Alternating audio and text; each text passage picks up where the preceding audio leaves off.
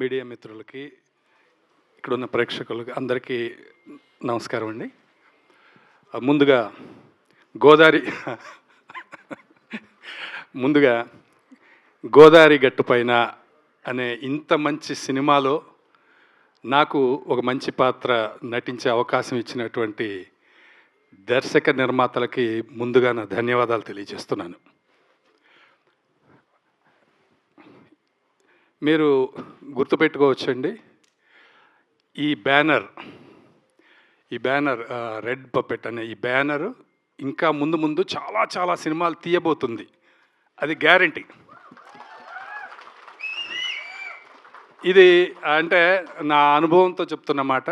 అలాగే ఈ సినిమా దర్శకుడు సుభాష్ గారు చాలా మంచి డైరెక్టర్గా ముందు చాలా సినిమాలు చేయబోతున్నాడు.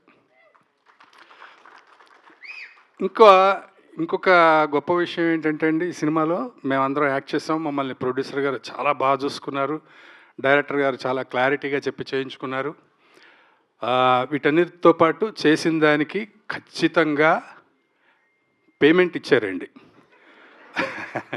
చక్కటి రెమ్యునరేషన్స్, మంచి రెమ్యునరేషన్స్ చాలా సిన్సియర్గా ఇవ్వటమే కాకుండా పని అయిపోయిన తర్వాత, షూటింగ్ అయిపోయిన తర్వాత బొకే ఇచ్చి మరీ పంపించారండి.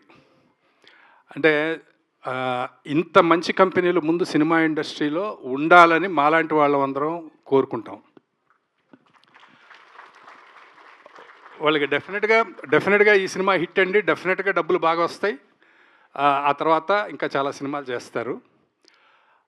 ఇంకొకటి ఏంటంటే అండి, ఈ సినిమాలో నేను మొదటిసారి జగపతి బాబు గారితో నటించే అవకాశం వచ్చింది. జగపతి బాబు గారు అంటే నాకు చాలా ఇష్టం. గత 25-30 ఏళ్ల నుంచి కూడా నేను మా గురువుగారు కోడి రామకృష్ణ గారి దగ్గర పనిచేసేటప్పటి నుంచి ఆయనతో కలిసి నేను కో డైరెక్టర్గా వర్క్ చేశాను. తర్వాత నేను ఆయన ఒక సినిమా డైరెక్ట్ చేశాను.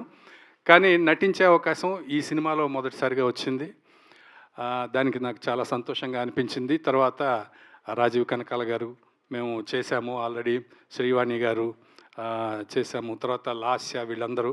తర్వాత ఈ సినిమాలో ఇంతకుముందు చెప్పినట్టుగా ఈ కోతి గ్యాంగ్, అంటే ఇప్పుడు కోతి గ్యాంగ్ అంటే తప్పుగా అనుకోవద్దు, కమెడియన్స్ గ్యాంగ్ అంతా కూడా, హీరో ఫ్రెండ్స్ గ్యాంగ్ అంతా కూడా వాళ్ళ హడావుడి మామూలుగా ఉండదు, చాలా కామెడీగా ఉంటుంది. ఇందాక ఆయన చెప్పినట్టుగా ట్రైలర్లో చూసింది అసలు చాలా కొద్దిగా, చాలా కామెడీగా చాలా బాగుంటుంది.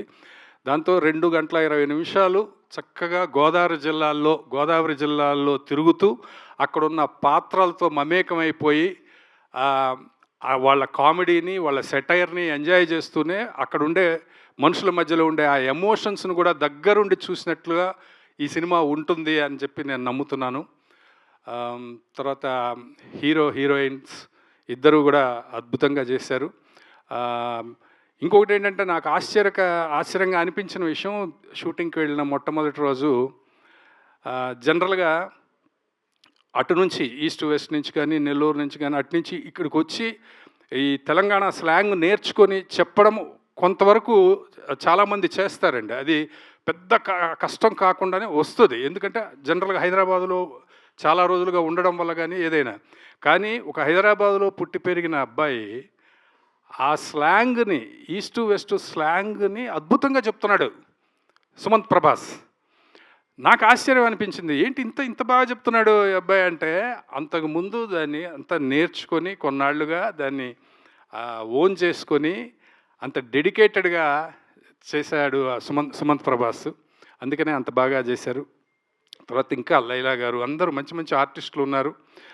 వీళ్ళ గోలంతా ఉంటుంది కదా, మన కసిరెడ్డి గారు, సుదర్శన్ గారు, తర్వాత మన రాఘవ గారు, ఈ బ్యాచ్ అంతా వాళ్ళ గోలతో పాటు సినిమా చాలా చాలా ఎంజాయ్ చేయొచ్చు ఈ సినిమా. తర్వాత మ్యూజిక్ శివంగిరా అనే ఆల్రెడీ ఆ పాట చాలా పెద్ద హిట్ అయింది, ఎక్కడికి వెళ్ళినా కూడా ఆ పాట వినిపిస్తుంది. మ్యూజిక్ అంత బాగా చేశారు, ఫోటోగ్రఫీ కూడా చాలా బాగా చేశారు. ఇందాకే ఎడిటర్ గారు కూడా కనిపించారు.